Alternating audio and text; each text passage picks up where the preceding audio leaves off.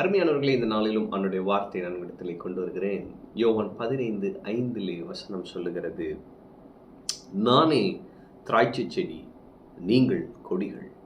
ஒருவன் என்னிலும் நான் அவனிலும் நிலைத்திருந்தால் அவன் மிகுந்த கனிகளை கொடுப்பான்.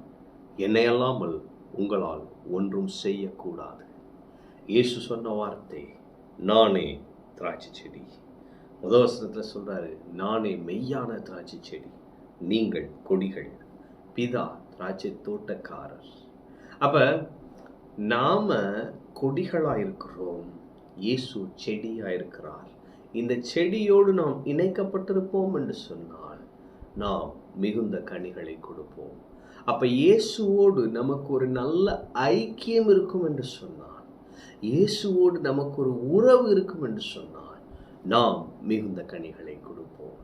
பாருங்க, ஒரு உறவு முக்கியம், ரெண்டாவது ஐக்கியம் முக்கியம். பாருங்க, உறவு இருக்கும் பொழுது அங்கே ஐக்கியம் தேவைப்படுகிறது. உறவே இல்லைன்னா ஐக்கியம் இருக்காது. பாருங்க, ஒரு கணவன் ஒரு மனைவி, அந்த உறவு இருக்கும் பொழுது அவர்களுக்குள்ளாக ஐக்கியம் வளருகிறது, வேறொன்று செய்கிறது, இல்லையா? அப்போ நமக்கும் கிறிஸ்துவுக்கும் ஒரு உறவு இருக்கிறது பாருங்க. அதனால நமக்கு அவரோட ஐக்கியம் அவசியமா இருக்கிறது. அப்ப இங்க என்ன சொல்றாரு, நான் திராட்சை செடி, நீங்கள் கொடிகளாயிருக்கிறீர்கள். அப்ப நம்மளை அவர் கொடிகளாக ஒட்ட வைத்திருக்கிறார். நிருபங்கள் படிச்சுக்கிட்டால தெரியும் பாருங்க. அவர் சொல்றாரு, நிலைத்திருந்தால் அவன் மிகுந்த கனிகளை கொடுப்பான்.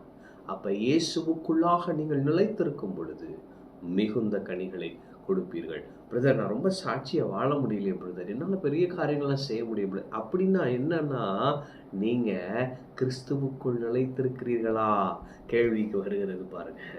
அப்ப இயேசுவோடு நல்ல ஐக்கியம் வைத்துக் கொள்ளுங்க.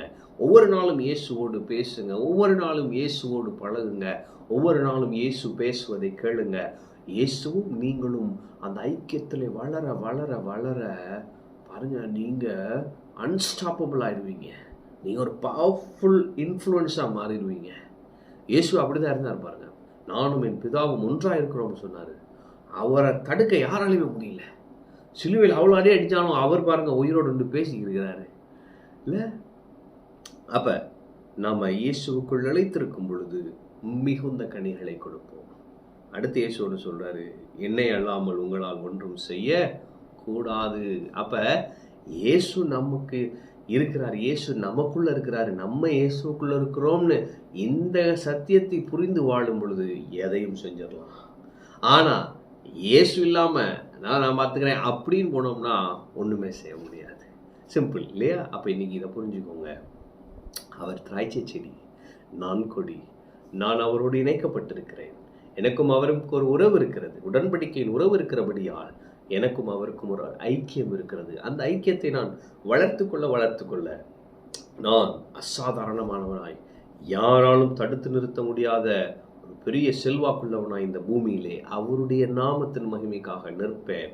பெரிய பெரிய காரியங்களை செய்வேன், மிகுந்த கனிகளை கொடுப்பேன். நானும் என் இயேசுவும் பெரிய பெரிய காரியங்களை செய்வோம்.